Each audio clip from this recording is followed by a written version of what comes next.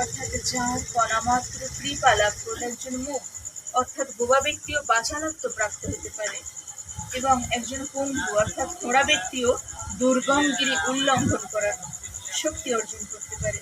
আমি সেই পতিত পাবন অস্মদীয় গুরু পরমারাধ্য করি ব্রজবাচার্য ত্রিদণ্ডী স্বয়ং বিষ্ণুপাদ পরমহংস অষ্টোত্তর শত শ্রী শ্রীমান ভক্তি সুন্দর ভাগবত মহারাজের রাতুল চরণ যুগলে অগণিত ভক্তিপূর্ণ প্রণাম জানাই এবং সকল সাধুগুরু বৈষ্ণব ভক্তবৃন্দের শ্রী চরণ কমলে জানাই আমার ভক্তিপূর্ণ প্রণাম।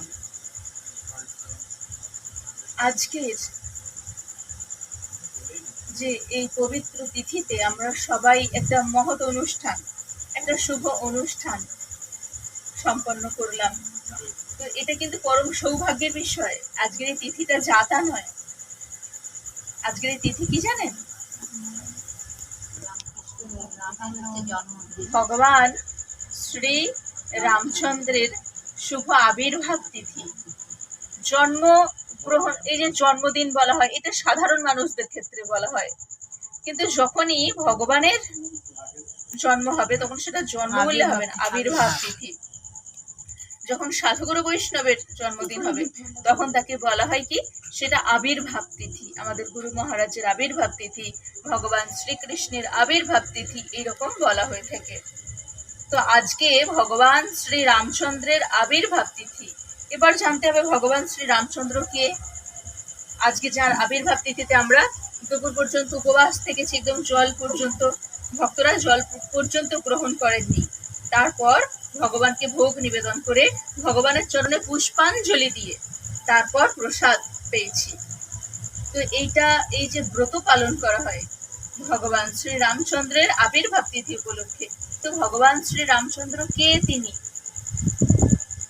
ভগবান শ্রী রামচন্দ্র হচ্ছেন ভগবান শ্রীকৃষ্ণের 10 অবতারের মধ্যে 7ম অবতার। 10টি অবতার, তার মধ্যে 7ম অবতার হচ্ছেন ভগবান শ্রী রামচন্দ্র। 10টি অবতার কি কি? কে কে 10 অবতার? মৎস্য, কূর্ম, বরাহ, নৃসিংহ, বামন, পরশুরাম, রাম, বলরাম, বুদ্ধ আর কল্কি। এই 10 অবতার, 10 অবতারের মধ্যে 7ম অবতার হচ্ছেন ভগবান শ্রী রামচন্দ্র। তিনি হচ্ছেন মর্যাদা পুরুষোত্তম।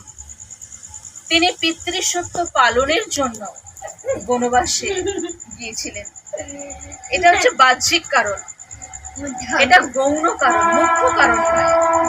পিতৃসত্য পালনের জন্য ওনার পিতা, ওনার যে মাতা কৈকেয়ী আছেন, ওনার পিতাকে মহারাজ দশরথজি। তো দশরথের কয়জন পত্নী? দশরথের 3 জন পত্নী। প্রথম পত্নীকে কৌশল্যা, দ্বিতীয় কৈকেয়ী আর তার 3 নম্বর সুমিত্রা। এই 3 জন পত্নীর মধ্যে কৈকেয়ী যিনি ছিলেন, তিনি মহারাজ দশরথের অনেক সেবা করেছিলেন, ভীষণ সেবা করেছিলেন। সেবা করে এতটা প্রসন্ন করেছেন। আর তখন মহারাজ দশরথ যে তখন শরীর অসুস্থ ছিল, সেই সময় কৈকেয়ী এত ভীষণভাবে সেবা করেছেন যে তারপর মহারাজ দশরথ বলেছিলেন যে, বলো তুমি আমাকে বর চাও, যা চাইবে আমি তোমাকে তাই দেব। তখন কৈকেয়ী সেই সময় যদি চেয়ে নিত হয়তো ভালোই হতো, কিন্তু চাইলেন না, বললেন যে ঠিক আছে আমি সময় মতো চেয়ে নেব। তো যেই মুহূর্তে ভগবান শ্রী রামচন্দ্রের রাজ্য অভিষেক হবার কথা, সেই সময় কৈকেয়ী চাইলেন কি, কৈকেয়ীর এক দাসী ছিল, তার নাম ছিল মন্থরা। দেখুন, সঙ্গ এমন একটা জিনিস যে সেই সঙ্গ যদি খারাপ হয় তাহলে সে খারাপ হয়ে যাবে, আর সঙ্গ যদি ভালো হয়, কেউ যদি সৎ সঙ্গে মেশে তাহলে সে ভালো হয়ে যাবে। ওই যে ও এরকম দুষ্টুমি করছে, তো কোন শুদ্ধ ভক্তের কাছে থাকুক, চেঞ্জ হয়ে যাবে, তার স্বভাব চরিত্র একদম চেঞ্জ হয়ে যাবে। কিন্তু সেই সঙ্গটা চাই, আর সেই সঙ্গ না পেলে হবে না। এই সঙ্গ এমন একটা জিনিস, শাস্ত্রে বলা হয়েছে সাধু সঙ্গ, সাধু সঙ্গ সর্বশাস্ত্রে কয়, লব মাত্র সাধু সঙ্গে সর্বসিদ্ধি হয়। সমস্ত সিদ্ধি লাভ হয়ে যাবে কেউ যদি সাধু সঙ্গ করে থাকে। এবার কৈকেয়ী মাতা তিনি সঙ্গ করেছিলেন, সবসময় যে সাথে থাকতেন মাতা কৈকেয়ীর সবসময় যিনি সেবা করে চলতেন তিনি কে? ওনার এক দাসী ছিল, তার নাম ছিল মন্থরা। এটা সবাই জানি, কিন্তু তবু আজকের তিথিতে আমাদের একটু স্মরণ করে নিতে হবে। মন্থরা সে সবসময় তার কানে দিত, মাতা কৈকেয়ীর কানে দিত যে আরে তুমি যে রাম রাম করছো, তোমার পুত্র ভরতের থেকেও তুমি রামকে বেশি ভালোবাসো কেন? রাম তোমার নিজের পুত্র নয়, রাম তোমার গর্ভের সন্তান নয়। আচ্ছা, এই যে রাম, রাম শব্দের অর্থ কি? রাম, এই রাম শব্দের অর্থ কি? রাম শব্দের অর্থ হচ্ছে রময়তি ইতি রামঃ। রময়তি ইতি রামঃ মানে যিনি আনন্দ প্রদানকারী, আনন্দ বর্ধনকারী, মানে যিনি আনন্দ বর্ধিত করে দেন, যার গুণকীর্তন করলে আনন্দ লাভ হয়, তিনি হচ্ছেন শ্রীরাম। রাম শব্দের অর্থই হচ্ছে আনন্দ বর্ধনকারী। তো কৈকেয়ী বারবার বলছে তুমি যে রাম রাম রাম রাম বলছো, রাম তোমার নিজের পুত্র নয়। তুমি যদি আনন্দ করতেই চাও তাহলে দশরথজিকে বলো, তোমার স্বামীকে বলো, তুমি তো বর পাবার কথা, বর তোমার পাওনা আছে, এই সুযোগে তুমি চেয়ে নাও। কৈকেয়ী বারবার বারবার বলতে বলতে কৈকেয়ীর একদম মতি ভ্রষ্ট হয়ে গেল। তখন সে মন্থরার কথা অনুযায়ী, মন্থরা শিখিয়ে দিয়েছে তুমি চেয়ে নাও যে আগামীকাল যার রাজ্য অভিষেক হবে সেটা রামের হবে না, হবে আমার পুত্র ভরতের। রাজ্যাভিষেক আমার পুত্র ভরতকে করতে হবে, ভরতকে সিংহাসনে বসাতে হবে। আর বারবার বোঝাতে বোঝাতে বোঝাতে মানুষ তো মতিভ্রষ্ট হয়েই যায়। কৈকেয়ী এবার মহারাজ দশরথের কাছে গিয়ে বলছে কি যে হে স্বামী, আপনি আমাকে যে বর দিতে চেয়েছিলেন সেই বর আমি এখন চেয়ে নিচ্ছি। তখন মহারাজ দশরথ তো জানেন যে উনি ভালোই হয়তো চাইবেন। দশরথজি বললেন যে বলো, তুমি যা চাইবে আমি তাই দেবো, তুমি আমার প্রাণ চাও কি? যে না, আমি প্রাণ চাই না, আমি প্রাণ চাই না, আমি যেটা চাই সেটা হচ্ছে রাজ্যাভিষেক রামের হবে না, রাজ্যাভিষেক আমার পুত্র ভরতের হবে। আর রামকে 14 বছরের জন্য বনবাসে যেতে হবে, এটাই হচ্ছে আমার বর। এই দুটো বর তুমি আমাকে দাও। এক তো আমার পুত্র ভরতকে রাজ্যাভিষেক করতে হবে, ভরতকে সিংহাসনে বসাতে হবে, আর দুই হলো রামকে 14 বছরের জন্য বনবাসে যেতে হবে। এই কথাটা শোনা মাত্র এই দশরথজি একেবারে ভীষণ ভাবে অসুস্থ হয়ে পড়লেন যে এ কি, এটা কেমন, আমি কি শুনছি, আমি কি ঠিক শুনছি? তুমি এরকম বলছো, এটা বলতে পারো তুমি? কিন্তু কৈকেয়ীর একটাই কথা, আমাকে দিতেই হবে, এই বর দিতেই হবে। ভগবান শ্রী রামচন্দ্র যখন শুনলেন কথাটা, সাথে সাথে তিনি মাতা কৈকেয়ীর কাছে গিয়ে বললেন হে মাতে, এটা পরম সৌভাগ্যের বিষয় যে আমাকে 14 বছরের জন্য বনবাসে যেতে হবে, পরম সৌভাগ্যের বিষয়। এত সৌভাগ্যের বিষয় আর নেই। হে মাতে, তুমি আমার মঙ্গল করেছো, তুমি আমার কল্যাণ করেছো। অন্য কেউ হলে কি করতো, বলতো যে ও আমার মা নয়, সত্যিকারেরই সৎ মা। কিন্তু না, ভগবান ওই জন্যই তো তিনি রামচন্দ্র, ওই জন্যই তো তিনি আনন্দ বর্ধনকারী, ওই জন্যই তিনি শ্রীরাম। তিনি তখন বলছেন হে মাতে, তুমি আমার পরম মঙ্গল করেছো, তুমি আমার কল্যাণ করেছো, তুমি আমাকে এই যে রাজ্যভার আমার মাথার উপর পড়লেই, যে সিংহাসনে অধিষ্ঠিত হলে, রাজ মুকুট আমার মাথার মধ্যে থাকলে কত যে দায়িত্ব, কত আমি যে সুখে শান্তিতে বিচরণ করছি এদিকে ওদিকে, সেই শান্তিটা আমার চলে যাবে, হাজার চিন্তা হাজার টেনশন এসে যাবে। হে মাতে, তুমি আমাকে এই চিন্তা থেকে মুক্ত করে দিয়েছো। আর বনবাসে তুমি আমাকে 14 বছরের জন্য পাঠিয়েছো। হায় হায়, হে মাতে, তুমি আমাকে 14 বছর বললি কেন? তুমি তো আমাকে সারা জীবন বলতে পারতে। এই হচ্ছে না রাম। অন্য কেউ হলে যা তা বলতেন, কিন্তু শ্রীরাম বললেন যে হে মাতে, তুমি আমাকে সারা জীবনের জন্য যদি বলে দিতে যে বনবাসে থাকতে হবে, আমি ধন্য হয়ে যেতাম। কেন তুমি আমাকে এই কৃপা করলে না? কারণ কি, বনবাসে গিয়ে আমি সাধু সঙ্গ করব, আমি সাধু সাধু সঙ্গে গিয়ে বনের ফলমূল লতা পাতা ভোজন করে সেখানে আমি সাধুর সঙ্গে ভগবত কথা শ্রবণ করে তাদের সাথে থেকে আমি আমার কল্যাণ করতাম, জীবনের মঙ্গল সাধন করতে পারবো আর কি। এই সুযোগটা হেমাতে কৃপা করে 14 বছরের জন্য তুমি দিয়েছো, সারা জীবনের জন্য দিলে আরো ভালো হতো। তো ভগবান শ্রী রামচন্দ্র তিনি যে বনবাসে গিয়েছিলেন, এটা হচ্ছে মাতা কৈকেয়ীর কথা মতো পিতৃসত্য পালনের জন্য। এটা গৌণ কারণ, এটা মুখ্য কারণ নয়। মুখ্য কারণ কি? মুখ্য কারণটা কি? ভগবানের আবির্ভাব আর সাধারণ মানুষের জন্ম এক নয়। গীতায় ভগবান বলছেন, জন্ম কর্ম চ মে দিব্যম এবং ইয়ো বেত্তি তত্ত্বতঃ ততো মাং তত্ত্বতো জ্ঞাত্বা বিশদে তদনন্তরম। যে হে অর্জুন, আমার জন্ম এবং কর্ম সাধারণ মানুষের মতো নয়। আমার জন্ম এবং কর্ম সব দিব্য। আমি যাই কর্ম করি সেটা দিব্য, আর আমি যেভাবে আবির্ভূত হই, যেখানে আবির্ভূত হই সেটা দিব্য। জন্ম কর্ম আমার সব দিব্য।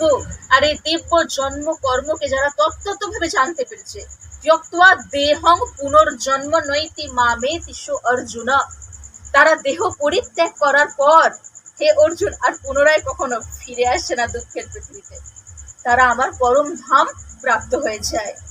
তাই আজকের তিথিতে যে ভগবান আবির্ভূত হয়েছিলেন, ওনার আবির্ভাব কি? দিব্য।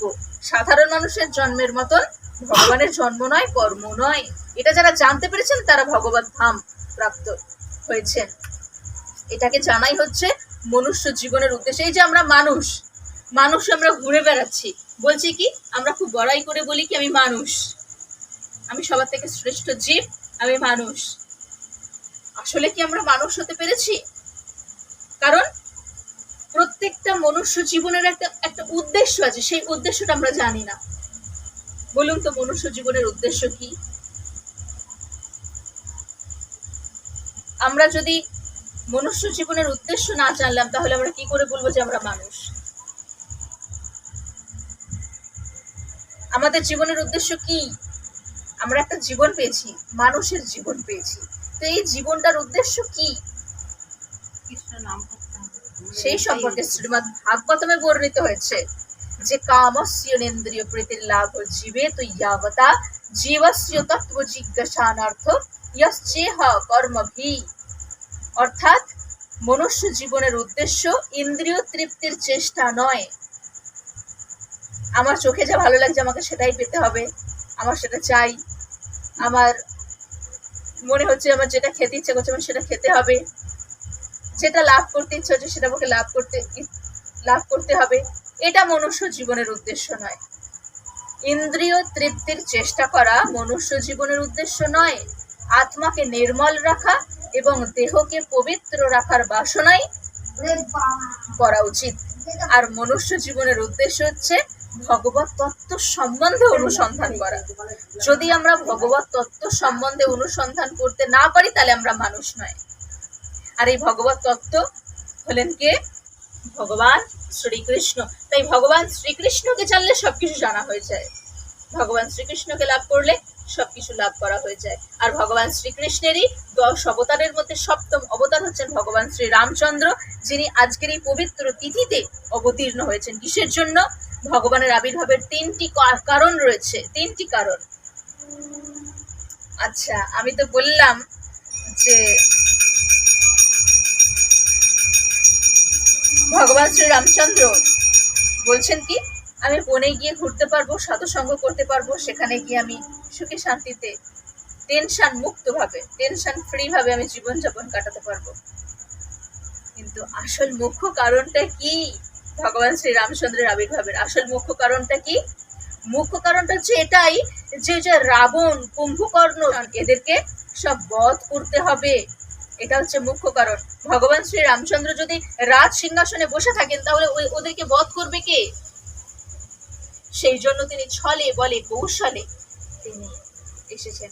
আর একটা বিষয়, মাতা কৈকেয়ীকে সবাই খারাপ বলেন যে মাতা কৈকেয়ী কেমন, আসলে কিন্তু মাতা কইকেয়ী এটা করতে চাননি, এইরকম ভাবে বর নিতে চাননি দশরথের কাছ থেকে।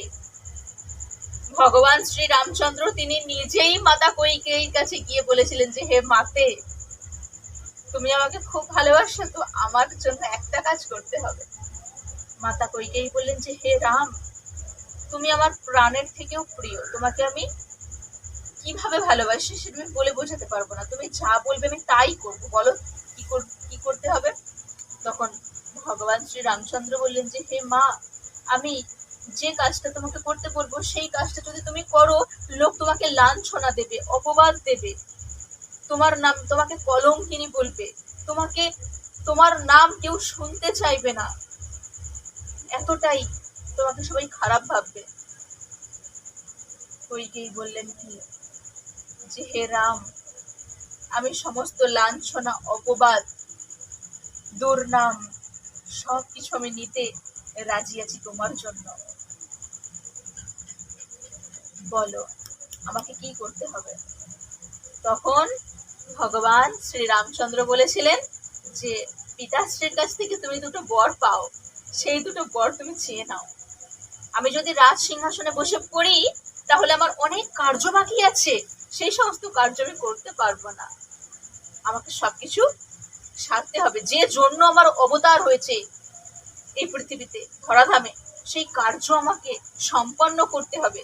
তুমি দুটো বর চেয়ে নাও। কি না, এক তো আমি রাজ সিংহাসনে বসবো না, ভ্রাতা ভরতকে রাজ সিংহাসনে বসার এইটা হচ্ছে একটা বর, আর দ্বিতীয় বর হচ্ছে আমাকে 14 বছরের জন্য পাঠিয়ে দাও বনবাসে। 14 বছরের মধ্যে হে মাতে আমি কথা দিচ্ছি সব কাজ সেরে আমি 14 বছরের পর আমি ফিরে আসবো তোমার কাছে আবার। মাতা কইকেয়ী ভীষণ ভাবে দুঃখী হয়ে পড়লেন, কিন্তু তিনি তো ভগবান শ্রী রামচন্দ্রকে নিজের পুত্র ভরতের থেকেও বেশি ভালোবাসেন, সেই জন্য বললেন যে ঠিক আছে, তোমার কথা মতো আমি তাই করব। এটা তাহলে কার প্ল্যান? সবকিছু ভগবানেরই প্ল্যান। ভগবান তিনি নিজেই প্ল্যান করেছেন এইরকম। ভগবানের আবির্ভাবের 3টি কারণ, ভগবানের আবির্ভাবের 3টি কারণ। এই 3টি কারণ কি? গীতায় ভগবান বললেন, বলুন শ্লোকটা, আপনি বলুন না। यदा यदा हि धर्मस्य ग्लानिर्भवति भारत अभ्युत्थानमधर्मस्य तदात्मानं सृजाम्यहं परित्राणाय साधूनां विनाशाय च दुष्कृतां धर्म संस्थापनार्थाय সম্ভবামি যুগে যুগে। অর্থাৎ যখনই যখনই ধর্মের গ্লানি উৎপন্ন হয়, অধর্মের অভ্যুত্থান হয়, যখন সাধুজনরা অত্যাচারিত হতে থাকে দুষ্কৃতীদের দ্বারা, তখন সাধুজনদের পরিত্রাণ করার জন্য, দুষ্কৃতীদের বিনাশ করার জন্য, আর ধর্মকে পুনরায় সংস্থাপিত করার জন্য আমি যুগে যুগে অবতীর্ণ হই। 1 নম্বর কারণ কি? সাধুজনদের পরিত্রাণ। 2 নম্বর কারণ কি? দুষ্কৃতীদের বিনাশ। আর 3 নম্বর কারণ কি? ধর্মকে পুনরায় সংস্থাপন করা। এই 3টি কারণে ভগবান যুগে যুগে অবতীর্ণ হন। তাই ভগবানের আবির্ভাব সাধারণ মানুষের আবির্ভাবের মতো নয়। আর এই রাম নাম করলে আমাদের সমস্ত দুঃখ দূর হয়ে যায়। কৃষ্ণ চরিত্র জানতে গেলে আগে রাম চরিত্র জানতে হবে। কেউ যদি ভগবান শ্রী রামচন্দ্রকে না জানে তাহলে সে কৃষ্ণকে জানতে পারবে না।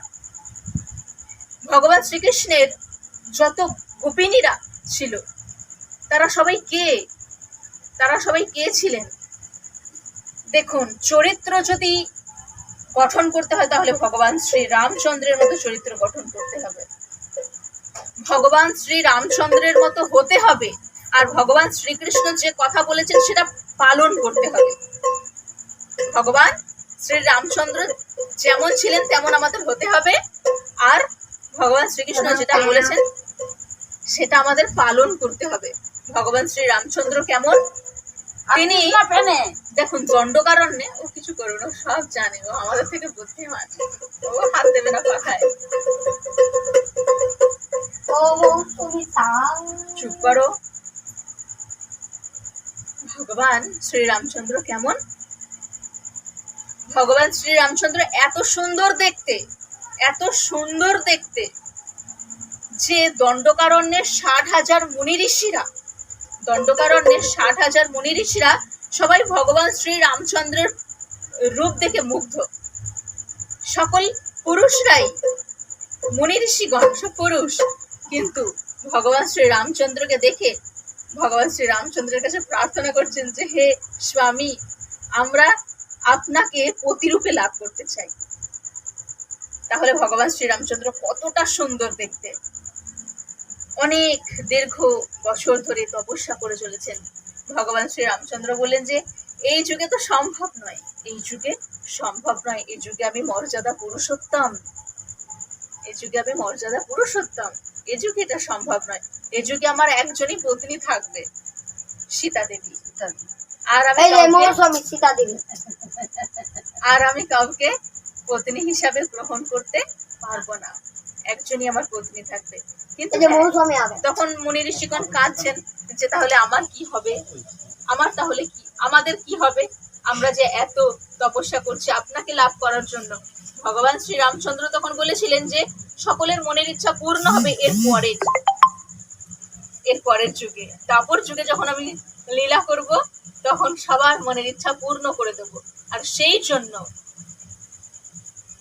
সকল ওই দণ্ডকারণ্যের মুনি ঋষিগণ সবাই গোপিনী হয়ে অবতীর্ণ হয়ে ভগবানকে লাভ করেছেন। এটাই হচ্ছে ভগবান শ্রীকৃষ্ণের ওই গোপিনীদের কাহিনী, যে গোপিনীরা, এত গোপিনীরা ভগবান শ্রীকৃষ্ণকে ভালোবাসতেন। এত সবাই, ওনারা কে? ওনারা হলেন ত্রেতা যুগের মুনি ঋষিগণ, ভগবানের কাছ থেকে বর লাভ করে এ জীবনে ভগবান শ্রীকৃষ্ণকে পেয়েছেন।